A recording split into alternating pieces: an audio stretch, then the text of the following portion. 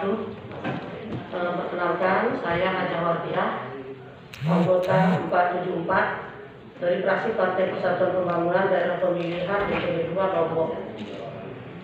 Yang pertama, saya mengapresiasi pimpinan rapat pada siang hari ini ya. Dari awal kurang lebih 3 jam masih sabar, masih berikan bagi korban-korban untuk menyampaikan keluhan-keluhannya. Walaupun kiri kanan diingatkan tadi gini, bagian kita mana kita juga mau nanya dan seterusnya. Tapi saya lihat Pak Dolki ini hari ini luar biasa ya, memberikan ruang untuk itu. Dan memang sejatinya itulah wakil rakyat. Amin. Mendengar aspirasi rakyat. Kemudian yang kedua, saya juga mendengar dari awal sampai akhir. Saya orang daerah. Jadi suasana kebatinan saya itu tentu tersentuh. Sampai ada dari Medan, dari Lampung, dari Cikarang, Surabaya. Itu datang ke sini untuk membela haknya, Cari keadilan. dan untuk mewakili komunitas korban asuransi yang disampaikan tadi. Saya memberikan sedikit catatan dari yang disampaikan itu. Saya melihat perusahaan asuransi yang produk unit link ini, yang pertama saya melihat ini adalah kejahatan korporasi terstruktur dan masif, hanya mencari untung. Hampir semua mengatakan seperti itu dari inti yang disampaikan. Karena apa? Nasabah diminta membayar seumur hidup, kemudian produknya ingkar janji, agen hanya mencari untung saja atau target. Kemudian perusahaan asuransi untung, tetapi nasabahnya untung. Ini kalimat-kalimat yang keluar dari dalam sendiri. Kemudian ada pemalsuan tanda tangan, ada pemalsuan data. Kemudian mereka yang membuat estimasi, tetapi sebaliknya juga menyangkalnya. Ini juga catatan-catatan saya.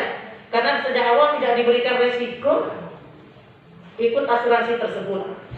Kemudian banyak lagi yang saya lihat adalah penyesatan produk dari asuransi yang unit link ini, produk unit link.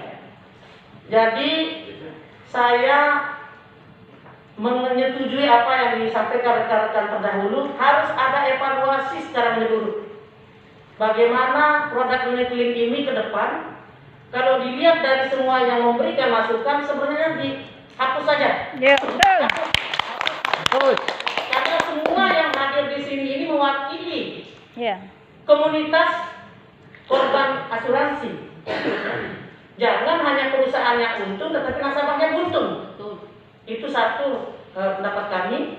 Kemudian yang kedua, kami tidak ingin bagaimana menyebut tadi kalimat tentang OJK, karena saya lihat semua miring. Tetapi ini bagi kita sebagai wakil rakyat tentu harus mengingatkan juga kinerja OJK itu ke depan harus diperbaiki, ya. Dan yang paling penting menurut saya, bukan kita hanya mendengar apa yang disampaikan oleh rekan-rekan komunitas korban, tetapi mencari solusi agar korban ini tentu harus dikembalikan dong hak-haknya. Apa yang menjadi penyampaian tadi ini catatan penting buat kita semua. Bukan hanya mendengar, kemudian tidak ada kesimpulan. Bagaimana para korban-korban ini mendapatkan hak-haknya. Inilah solusi yang harus dicari bersama-sama antara Komisi 11 dan OJK dengan telah mendengar apa yang disampaikan rekan-rekan korban tadi.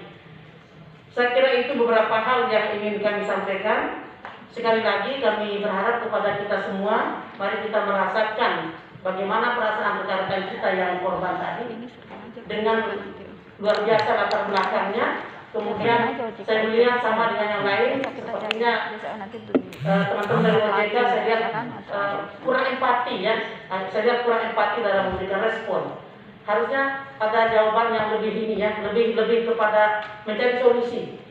Bagaimana si korban ini ada titik temu ya, ada solusi yang terbaik. Karena apa? Sudah beberapa kali di tempat lain.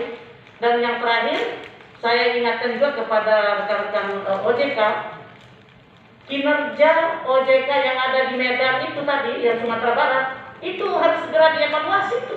Bila perlu